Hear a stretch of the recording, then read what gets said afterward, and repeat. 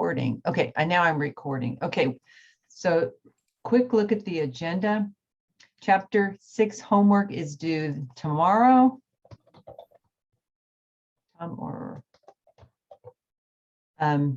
Your company analysis project is due next Monday night, 1 per team. The financial statement analysis is due Monday night.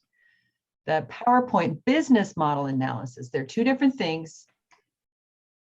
That is not a paper, but it's a PowerPoint with detailed notes, is due Tuesday night. Next Tuesday, 4:30, you will do your live presentations during my office hour, or if you prefer, you can upload a canned presentation.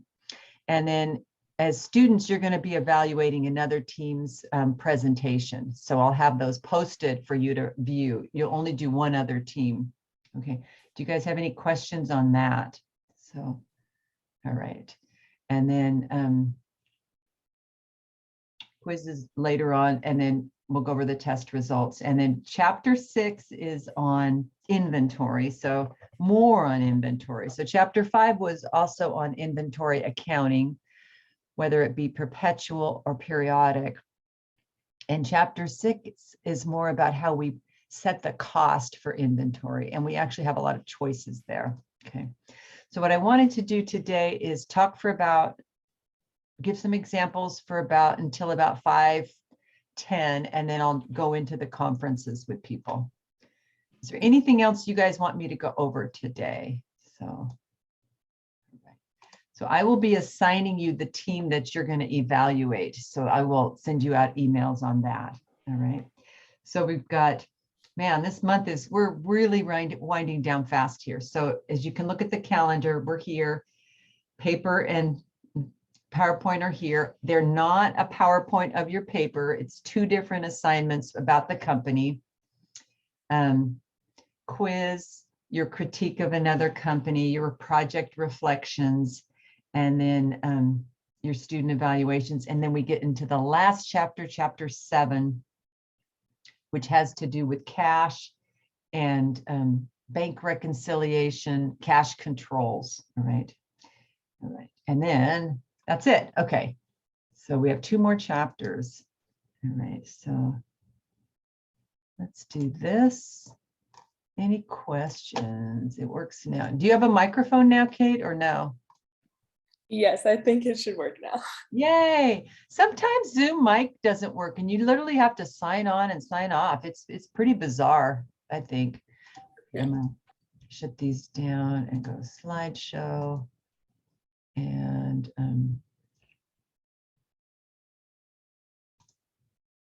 all right. Here we go, inventory. So let's talk about inventory. And we've been making some pretty big assumptions for a lot of this up till now about inventory. And so we really have to kind of take a step back and talk about how do we set cost for inventory. So how many of you have ever done a physical inventory in your life? And if so, do you know how many you've done? You can go ahead. I think I've done like 3 or 4. 3 or 4. What kind of product was it, Colby? It's like at a grocery store. So it's like general stuff. Okay, I'm going to ask you a specific question. Was it the perishable stuff like lettuce, or was it like canned food and stuff in the middle of the store? I work in the deli department, so it's kind of like both, I guess, if perishable and non-perishable. Okay, so I'm thinking of like a Safeway deli and or even a Subway deli where all the food is. What do you count? Do you count the unopened packages of meat, or do you count the slices of meat that are under the counter? I've always wanted to know.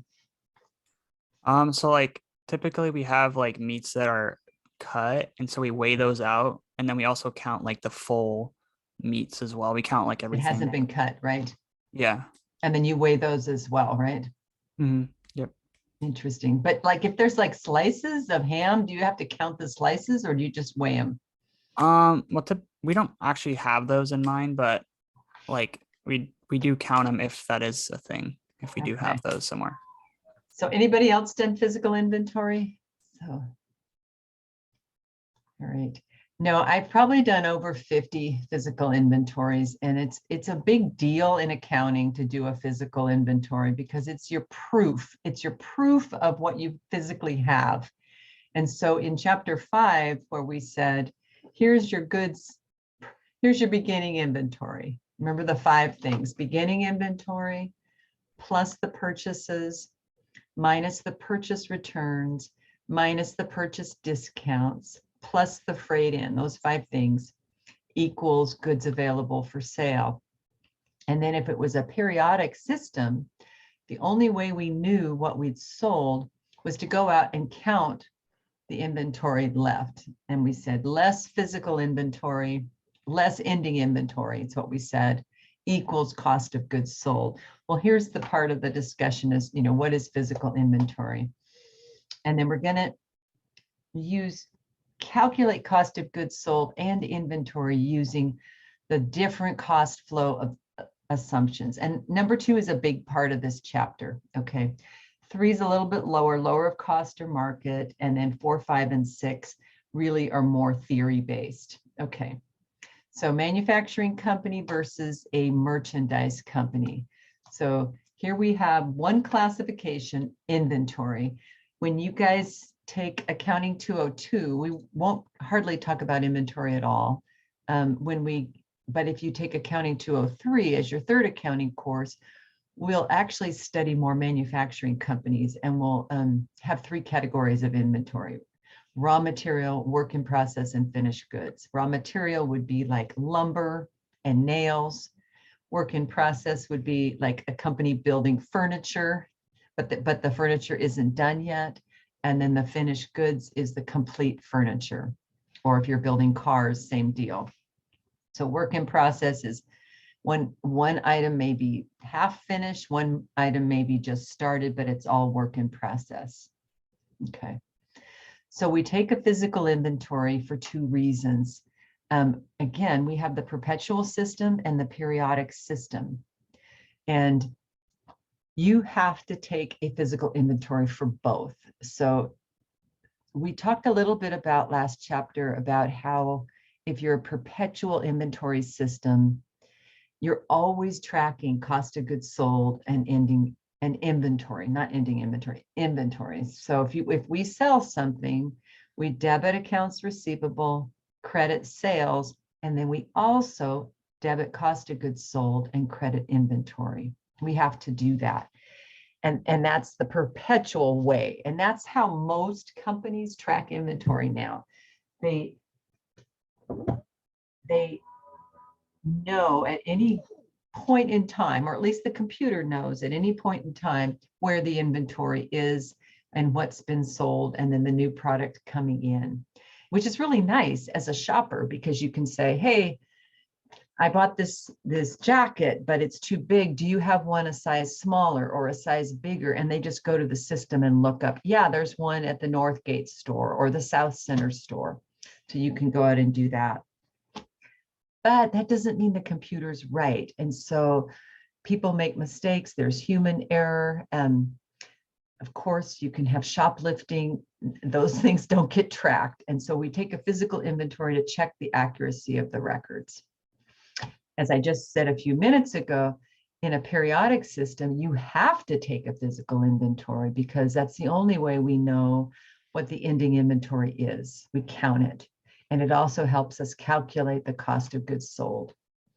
Cost of goods sold equals goods available for sale minus ending inventory. And that's the physical inventory. Okay. So if you have goods in transit, when you take a physical inventory, you may have to count them. So these would include items that the company has bought from a supplier that they have not yet received. It could also include items that are sold that have not yet been delivered. And you learn these terms in chapter 5. And it just depends on the legal title, who has legal title. So we say if the terms are FOB shipping point, it means title transferred at the shipping point, and that's the most common one. And so that means the buyer selects the freight company, the buyer pays the freight costs to UPS or whoever ships it, and the buyer has to cover the insurance. If the terms are FOB destination, that means title doesn't transfer until the destination. So the seller owns it while it's in transit. So if you're a buyer, if you're a company and all your products came in FOB shipping point, you'd have to count the items that are in transit. All right. Taking a physical inventory, you have to figure out, I mean, typically in my experience, you'd have a room, a store, and you would just kind of seal off the store and count everything inside the store, including the stock room. But there could be a store like a consignment store where the company doesn't own all of the items in the store. They can be consigned goods. Has anybody ever shopped at a consignment shop?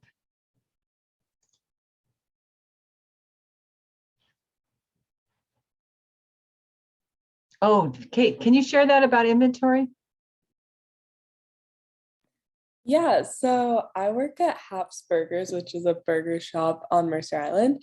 And I've never taken the physical inventory, like counted all of the ingredients that we have in on our prep shelves, but I know that there are certain people who do that. What I have done though is I have counted our waste inventory, so food that has expired that day, been dropped on the floor, been returned, and I even might have accidentally caught some food on fire one time.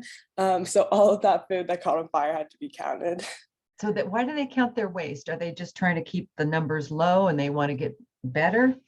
I think it's just to check the accuracy of what inventory we actually have available, because we never want to be behind on our prepped goods because we have to freshly prep our goods every morning. And if we have a huge lunch rush or dinner rush, we want to make sure we have enough. All right, so that makes me think that Haps Burgers is a periodic inventory system where you're not, I mean, I have to just stop and say Haps Burgers is the best burgers I've had in the Seattle area. They make the best burgers. Oh, and now I feel like going and having a burger tonight, except I'm having soup for dinner. Oh, well. Oh. Anyway, so you're counting the waste because you don't want to run out of ground meat or you don't want to run out of hamburger buns. And the only way they know what's gone is if they count it. And so it seems more like a periodic inventory system. So I go to Haps and I buy a burger and some French fries and some coleslaw. That in their system, it may not do like the perpetual system and deduct, you know, a hamburger bun, a slice of tomatoes, all of that. And the only way they can get on top of what they need to order is by physically counting it. That's just my theory. I'd love to know the true story of that, Kate, but I'm not sure you know it. So, but yeah, that's interesting. I'll look into it. Yeah, look into it. I would love to know. So consigned goods, anybody been to a consignment store? Do you guys buy everything new? I love consignment stores. So you go in and it's stuff that maybe is gently worn and you buy it at a reduced price because it isn't brand new. But that would be, we have a couple types of consignment stores that sell older stuff, things that have already been used, like Plato's Closet or Gail's Consignment. But you can also have a consignment store that has new stuff in it, and it can have different artists. For example, an art gallery could put their art in there, and then if you sell it, you pay the store owner a fee like 10% or 20% because you rented that space in their store, and then the rest goes to the artist. So the consignment store only wants to count the inventory that belongs to them. Okay, so you have to know if you have consignment issues in your store, you have to be able to exclude those from physical inventory. So now here's the big question. How much inventory should a company have? How much inventory should a store have? Okay, So it's gotten really, really complicated. Inventory management has gotten so complicated because of so many of us are doing online shopping. And so we don't really need a store full of inventory to try and decide what to get. We just buy it online. However, we still like to shop. And so a store needs to say, or a grocery store obviously needs to say, our customers have an expectation of a certain amount of inventory on hand at all times. If I come to Safeway and they don't have my brand of milk and they don't have fresh produce, I'm going to stop shopping at Safeway, even if they have that 70% of the time. If I have a repeat experience where they have stockouts, where they run out of stock, I'm not going to shop there anymore. So they have to have enough to satisfy their customers. But when you think of inventory, I really want you to think of money that has been spent and is just sitting there. It's not earning any interest. It's just sitting there on the shelf so that we, the customers, can stroll through and try and decide whether or not we want to buy it. And that the company has storage costs. Maybe they're leasing the space, or maybe they are buying the property, but that still costs money. If they are borrowing money to buy the building, that's interest costs. And of course, in technology, you always run the risk of the products becoming obsolete. You know, you don't want last year's iPhone. You know, you're going to sell it at a discount because people want the new one. Fashion, things don't really go obsolete, but they do go out of fashion. And some of you really care about fashion, I imagine. And so you don't want to buy something that's last year's style. And of course, with anything perishable, you can't buy too much because if you don't sell it, you have to throw it out. Okay, so now we get into cost flow. How do we assign cost to inventory? We know all the costs, but once we get all the costs, how do we decide? And so I want to give you an example. The problem or set the problem up. If you are a bike shop and you're selling bikes and you're buying the same bike over and over again, but prices keep changing. And by the prices, I don't mean your selling price. I mean the price your vendor charges you. Which cost do you use? So we have 4 choices here. So I want to run through them before we break for the conferences. So the first one is specific identification. Okay, so you have four choices here, and they're different for each. They tend to be used based on the type of product that you have. Okay, so specific identification is where you identify the item so specifically that you know exactly what that item costs. So you say, I bought this was on the invoice, and now I'm selling it at the higher price. I have an invoice that tells me how much this cost. So we don't do that a lot for products like canned goods. We're not going to track each can and say, this is exactly what we paid for each can, like a serial number per can. But we would certainly do it for high-priced inventory. And I'm giving you some examples here: jewels, boats, you know, a high-end car like a Tesla. Okay. In reality, most inventory isn't sold at super high price points. And so the specific identification method is not practical. So most cost flow methods make assumptions about which inventory was sold. But let's go back to specific identification. Let's imagine you're a Tesla dealer. And I don't know if it's still there anymore. The Bellevue Square Mall had a Tesla dealership in the mall, but I was at the mall yesterday, but I didn't see it, or Saturday. So let's say they purchased 3 identical cars. It is okay, Aaron. I actually got to sit in a Tesla. I mean, it was so thrilling. And then I'm like, well, I really would like to drive it, but I don't know how you get them out of the mall, quite frankly. Do you get to just drive down the middle of the mall? But anyway, so Bellevue Square, let's say they purchased 3 Tesla vehicles, and let's say it's a dealership. So let's say it's not Tesla-owned dealership, okay? So they bought it from the Tesla factory. That I don't think that's how Tesla works, but let's assume it. Okay, so it's a store in the mall. They've bought 3 Tesla cars. They're going to resell them, okay? And you can see my selling price here is 120,000. But the question is, we bought these 3 identical Teslas just a little bit apart. The reason the cost has gone up is not because there's different features and options. It's just because of rising prices. All right. So November 1st, November 25th, December 5th. Okay. Now, with specific identification, the buyer comes in and says, I want that car. And we say, well, we know what that car cost because we have an invoice from the Tesla manufacturing company and it's 53,000. Of course, they don't tell the customer that. They sell the car to the customer for 120,000. But when it comes time to say how much did that car cost, they know exactly what it cost, 53,000, because it was the car that was purchased on November 25th for 53,000. So we're tracking it at the VIN number level, vehicle identification number.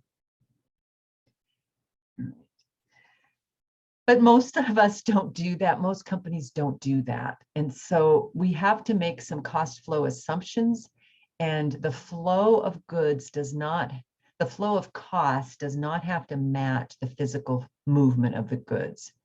So you have a choice here, okay? And you're going to start having more and more choices in accounting. So you guys learned all about buying equipment back in chapter 3 and then depreciating the equipment in chapter 4. And we had a depreciation method where we took the years and divided it and came out with a depreciation expense. Well, you're going to learn in Accounting 202 that we have 3 or 4 different depreciation methods and you get to choose. The only thing is you have to be consistent. So that's also true with cost flow methods. So let's look at them. So the next method is FIFO, and it's pronounced FIFO in the United States, but I believe if you're from anywhere else in the world, you do not pronounce it FIFO. Has anybody used this term in in other countries? In other countries, they usually call it FIFO. So it just depends on where you're from. But in the United States, we call it FIFO. Okay. All right, so FIFO, what does it stand for? FIFO stands for first in, first out. And that O there, that out, refers to cost of goods sold. When you figure out the number for cost of goods sold, you use the first in, first out method. And whatever's left over is ending inventory. So the goal of this portion of chapter 6 is give us the cost of goods sold amount using the FIFO inventory method and ending inventory using FIFO. Okay. All right. So with only one model of bike, so we're going to imagine a bike shop with only one model of bike that you buy in large quantities at different times, but it's the same bike. Hang on. All right. Sorry, I had to shut the door, give my family some peace and quiet. So again, it's like the Tesla dealership, but it's a smaller cost price. It's a smaller cost item, lower cost item. So you're just buying these are called beach cruisers. You're just buying this one style of bike. You buy a bunch of them, you sell a bunch of them, and you go buy another 50 or 100 of them, okay? You're buying them at different price points, okay? So I'm gonna accelerate this. Is it all happening in the month of June? So in the month of June, they bought 1,250 bikes, all right? Now, in reality, that's probably a little too fast for a small bike shop, if you can imagine filling up a bike shop with 1,000 bikes, but I don't want to drag it out over months and months. June 2nd, we started the month with 500 bikes. Those bikes were all bought in one lot from a vendor. They cost $100. I realize these costs are not right. Bikes cost more than that, but makes the math easy. So we bought 500 bikes at $100, $50,000. June 8th, we bought 400 more bikes. Now, summer is bike season, so these bikes are just flying off the shelves. People are buying them. But the price went up. I mean, it's just like a week later, but the price went up to $125. So 400 bikes cost the same as 500 bikes had cost earlier. At the end of the month, we need to buy more bikes. So we buy 350 more bikes. And here we go, the price went up again. And I'm using the term cost and price is in terms of the purchase. Okay, so we purchased it for $100 cost, then we purchased it for $125 cost, and then we purchased another set of bikes for $350. Okay, so we bought a total of 1,250 bikes for a total cost of $145,500. Do you guys see how we got to that? And now at the end of the month, we only have 250 bikes left in the shop. We counted them, right? So we know we sold 1,000 bikes. So I just want to say with chapter 6, we're using the periodic inventory system. In the appendix to chapter 6, they use the perpetual but you're not responsible for that. It's just the periodic. So we have 1,000 bikes left. And the question is, what do we use for cost? We have 250 bikes in ending inventory. What do we use for cost for the 1,000 bikes? Well, we're going to do the same thing for FIFO method, LIFO method, and average cost. So we'll start with FIFO.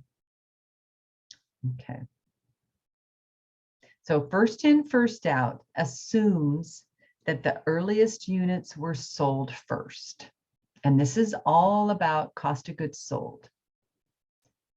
FIFO leaves, so you're using the old stuff first in FIFO. And remember, it doesn't matter what you physically do with the bikes because they're identical.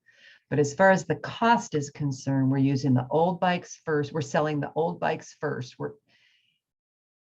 So that 250 bikes left over are the most recently purchased items in the inventory. So ending inventory is valued at the most current cost, but cost of goods sold is valued from the beginning, the oldest cost, and working forward. So when you think of FIFO, when I think of FIFO, I think it most closely resembles how we are supposed to do at home with our refrigerator. If you guys have 2 cartons of milk, you put the one you bought long ago at the front. You want to use that up first and leave the fresher milk in the back. Same with produce, same with meat, any of that. Okay. And I always like to show this picture because as buyers, we don't want the oldest milk. We want the youngest milk. All right. So first in, first out cost flow. So we're going to make a little spreadsheet here and we're going to show that we have to add up to 1,000 here. So how do we calculate cost of goods sold in dollars? Each of these rows here are called cost layers. Okay, so we use up a cost layer. We list it down here. We're going to use it up in the calculation of cost of goods sold. So we know we have to add up to 1,000 bikes. So we go to this oldest cost layer, we take 500 out of there and put it down here to calculate cost of goods sold. But we still need another 500 bikes to get to our 1,000 sold. So we go to the June 8th cost layer and we pull 400 bikes at $125. And that's $50,000 again. Okay, but that only took us to 900 bikes. So we go to the third cost layer, but we don't need 350 bikes. We only need 100 bikes. So we take 100 out of the 350, leaving 250. And you can see at each cost layer, we use the cost layer, the historic cost at that layer. So 500 at 100, 400 at 125, and 100 at 130, and we add up to 113,000. So when we make the journal entry, we'll record the sales, debit accounts receivable, credit sales, and then for cost of goods sold, we'll debit 113,000 and credit inventory 113,000. All right, so now how do we calculate ending inventory? Well, it's going to be 250 left over from that third cost layer times $130. So 250 times $130 is 32,500. Okay, you guys good with me? Any questions on that? All right. All right, can you do one for me? Let's see if you could do a sample one for me. Let's see. I want not this. I'm going to put out.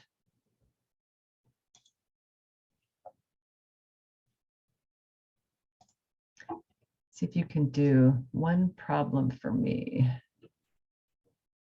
Or ask me questions about this problem. That'll work too. All right.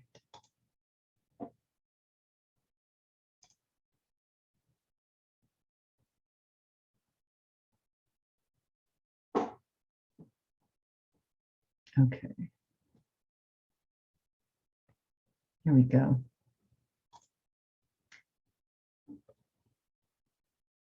Can you guys do number 4? CAM company has the following units and costs: inventory, purchases.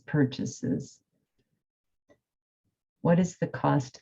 I want you to give me cost of goods sold. So we had how many? First off, I want you to tell me how many units are available for sale. Can you guys give me that number? And if you can't, say I don't know, so we can walk through it together. So how many units available for sale? Just drop 26. How'd you get that, Colby? I added the 3 Okay. inventory and the purchases. All right. And so if that's what's available for sale, how many units were sold?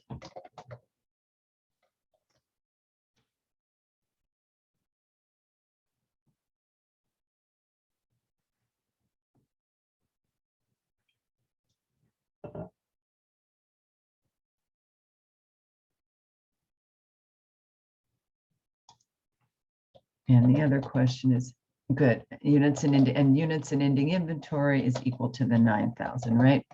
Okay, so we have to come up with 17,000. So we're going to take from this first cost layer, 8,000 at 11, right?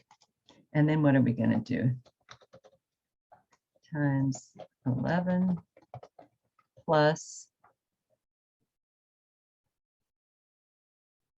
how much more do we need from the second cost layer? So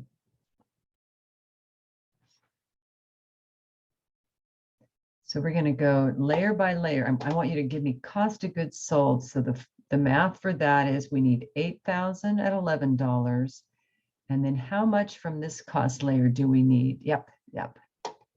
From the unit cost. So it's going to be, how many units is it? It's going to be 9,000 times 12.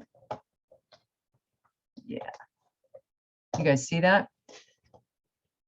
8,000 times 11 plus 9,000 times 12. No idea what that is. Total cost. Is that your math, Colby? Yeah. Okay. So now what's ending inventory is going to be equal to what's left over, which is 4,000 times 12 plus, and we haven't touched the last cost layer.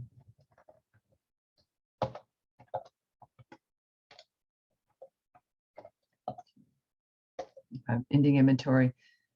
So something to keep in mind is once you've used up a cost layer, it is gone forever. So it's how'd you get the 113? I did 4,000 times 12 plus 5,000 times 13. I think that sounds good. Yeah, that's right. 48. Perfect. Okay. All right.